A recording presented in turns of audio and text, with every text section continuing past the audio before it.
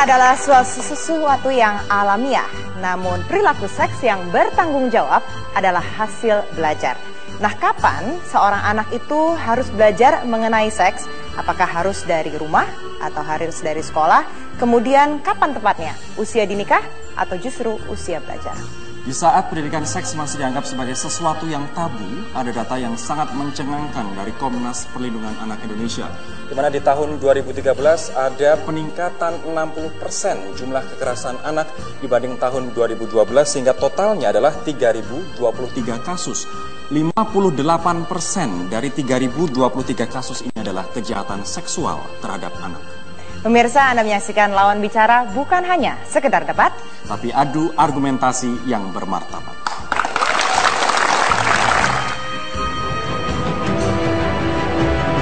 Kasus kekerasan seksual yang terjadi terhadap siswa Taman Kanak-kanak di sekolah internasional beberapa pekan lalu membuat publik terguncang.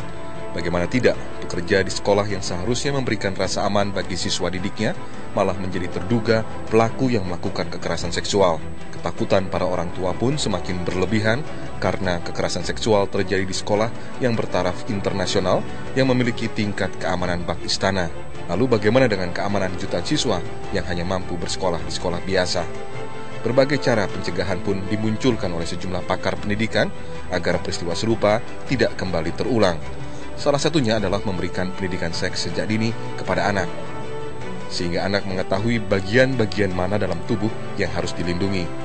Namun apakah pendidikan seks yang diperkenalkan terhadap anak sejak dini memang mampu mencegah terjadinya kekerasan seksual yang mungkin terjadi pada anak? Tidakkah hal tersebut malah akan memancing anak untuk melakukan aktivitas seksual? Seberapa penting pendidikan seks diperkenalkan untuk anak?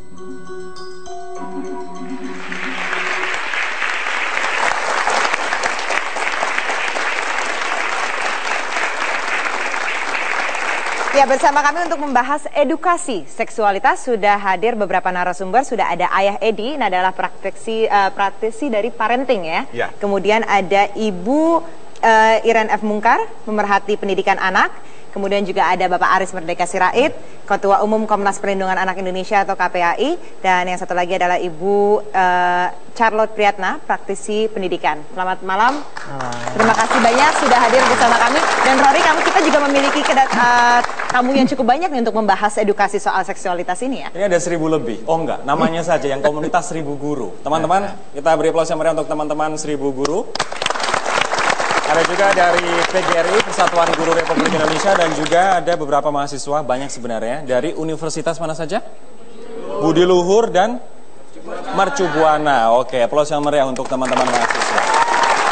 Kita nanti selain membahas terkait dengan pentingnya sex education atau pelajaran seksual di lingkungan sekolah dan juga di rumah, kita nanti akan tanya kepada para guru yang mengalami atau first hand ya, tangan pertama untuk memberikan pendidikan seksual di lingkungan sekolah. Oke, berbicara soal edukasi seksualitas, ini apakah sebaiknya, mungkin dari narasumber kami yang sudah datang pada malam hari ini apakah harus berdiri sendiri ataukah harus ini di-embedded dalam mata pelajaran, misalnya biologi, kemudian atau ke pelajaran physical examination. Nah, ini lebih baik ke yang mana? Mungkin ke Ayah Edi terlebih dahulu, yang punya pengalaman membesarkan anak-anak. Sebaiknya seperti apa sih ini, Dok? Ini Ayah digabungkannya ataukah harus berdiri sendiri? Begini ya, kalau melihat situasi masyarakat kita kan masih tabu mengenai seks ya. Jadi kalau saya berpikir bahwa akan lebih halus lagi, akan lebih lembut lagi kalau kontennya yang disisipkan, tapi namanya kita menggunakan nama yang saintifik, misalnya biologi, reproduksi dan sebagainya. Tapi di dalamnya itu berisi edukasi tentang seksualitas. Jadi mulai dari seperti apa organ-organ seksual, fungsi-fungsi reproduksi dan sebagainya.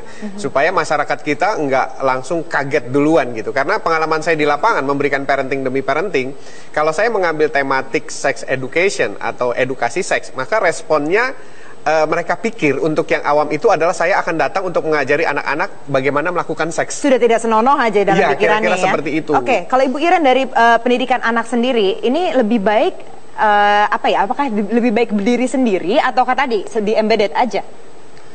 Saya lebih ngelihatnya gini, kalau untuk seks edukasi itu peranan orang tua itu sangat penting ya. Jadi nggak hanya melulu dari sekolah gitu. Mulainya dari kecil tuh seperti apa gitu. Itu yang menurut saya perannya sangat luar biasa.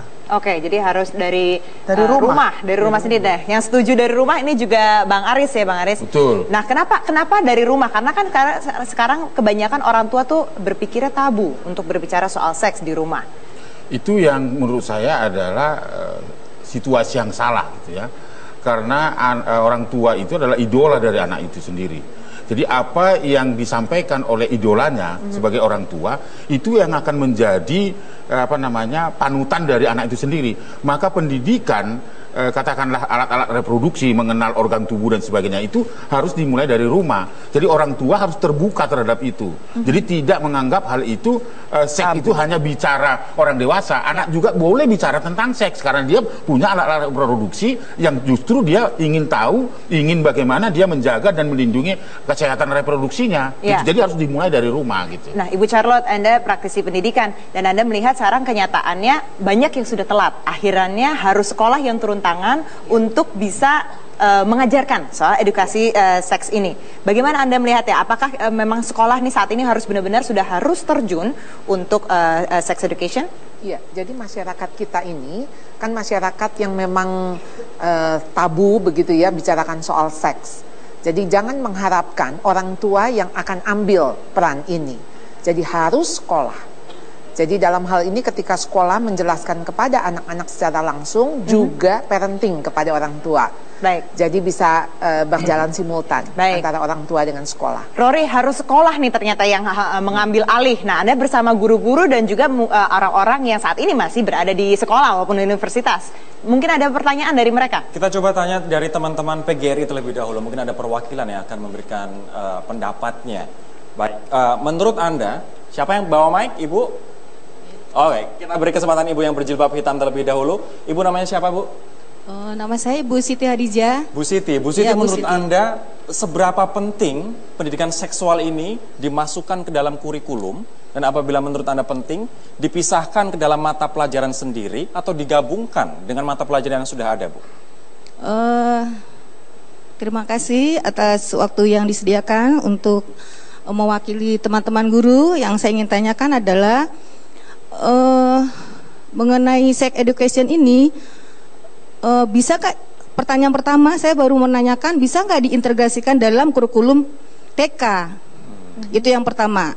Kalau bisa, bagaimana cara penyampaiannya kepada anak yang usia dini seperti itu? Tapi itu yang saya ingin tanyakan. Ibu berarti selain bertanya juga setuju berarti untuk pendidikan seksual dimasukkan ke dalam kurikulum sekolah ya, Bu? Pada dasarnya saya setuju.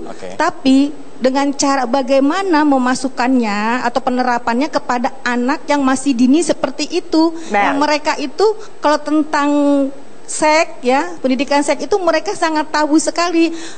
Dia masih menggunakan bahasa-bahasa buah-buahan, sayur-sayuran atau bagaimana ini gitu menjadi caranya. pertanyaan yang begitu penting. Kalau misalnya untuk anak SMP kita sudah bisa memberikan pertanyaan yang mengikuti nalar mereka. Tapi kalau anak TK seperti apa? Ya, ini nanti Ibu Iren dan Ibu Charlotte yang bisa menjawab soal ini karena Ibu Charlotte sendiri juga dari sekolah juga ya Bu ya, jadi bisa menjawab. Tapi tetaplah bersama kami, Lawan Bicara segera kembali.